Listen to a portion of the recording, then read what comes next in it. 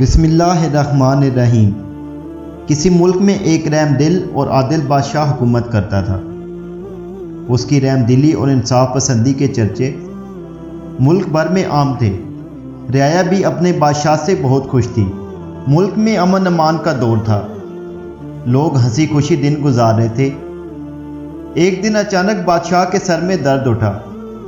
درد اتنا شدید تھا کہ وہ سر پکڑ کر اپنے بستر پر لیٹ گیا۔ شاہی حکیم نے بادشاہ کی نبض دیکھی اور انتہائی تشویش کا اظہار کرتے ہوئے ملکہ سے کہا، بادشاہ سلامت کسی نامعلوم بیماری میں مبتلا ہیں۔ بادشاہ کی پراسرار بیماری کی خبر جنگل میں آگ کی طرح پھیل گئی۔ ملکہ عالیہ کی طرف سے سارے ملک میں اعلان کر دیا گیا کہ جو کوئی بادشاہ سلامت کو اس پراسرار بیماری سے نجات دلائے گا اسے ملک کا وزیر اعظم بنا دیا جائے گا۔ وزیر خزانہ بادشاہ سے شدید حسد رکھتا تھا اور خود بادشاہ بننا چاہتا تھا۔ ایک سازشی ٹولہ اس کے ساتھ تھا۔ ایک دن حکیم نے بادشاہ کا علاج کرنے کی اجازت چاہی۔ ملکہ عالیہ نے فوراً اجازت دے دی۔ جب حکیم نے بادشاہ سلامت کی نبض دیکھی تو شدید تشویش کا اظہار کرتے ہوئے ملکہ عالیہ سے علیحدگی میں جا کر کہا، بادشاہ سلامت کو کوئی پراسرار بیماری نہیں بلکہ انہیں ایک ایسا زہر دیا جا رہا ہے جو آہستہ آہستہ اپنا اثر دکھاتا ہے، جس سے انسان کا دماغ نکارا ہو جاتا ہے اور وہ ہلنے جلنے کے قابل بھی نہیں رہتا۔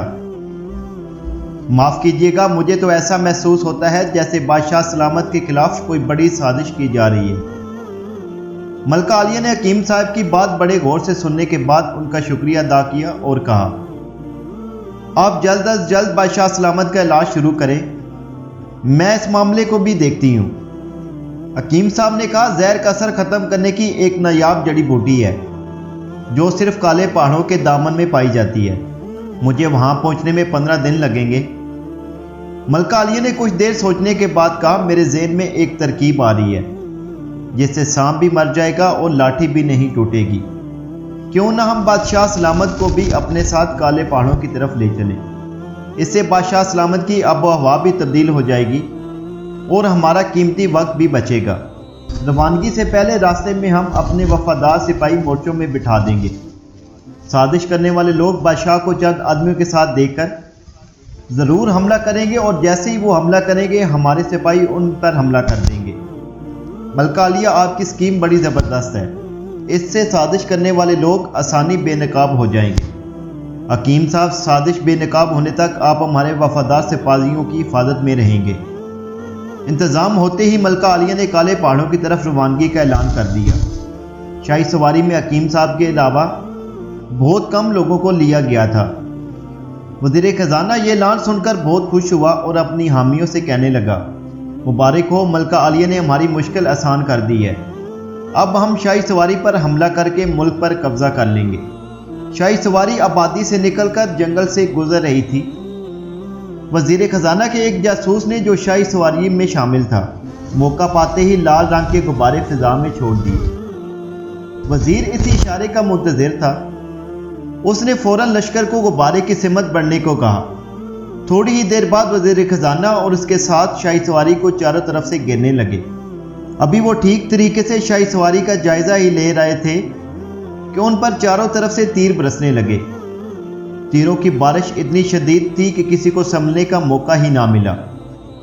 شاہی فوج جو جنگل میں چھپی ہوئی تھی چاروں طرف پھیل چکی تھی۔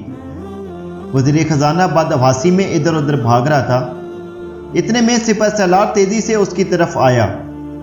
اسے دیکھتے ہی وزیر خزانہ معافیا مانگنے لگا اور کہنے لگا کہ مجھے معاف کر دو، مجھ سے بہت بڑی غلطی ہو گئی۔ تمہاری سزا یا معافی کا فیصلہ تو عدالت کرے گی، فی الحال تو عوام کا فیصلہ سن لو۔ مطلوبہ بوٹی حاصل کر کے شاہی لشکر دوبارہ شہر میں داخل ہوا۔ عوام نے وزیر خزانہ کو پکڑ کر اس کے منہ پر کالک ملی اور گدھے پر سوار کر کے پورے شہر کا چکر لگوایا تاکہ بغاوت کرنے والے کا عبرتناک انجام پورا ملک دیکھ لے۔ اس طرح حسد کی آگ میں جلنے والا وزیر خزانہ خود اپنے کھودے ہوئے گڑھے میں جا گرا۔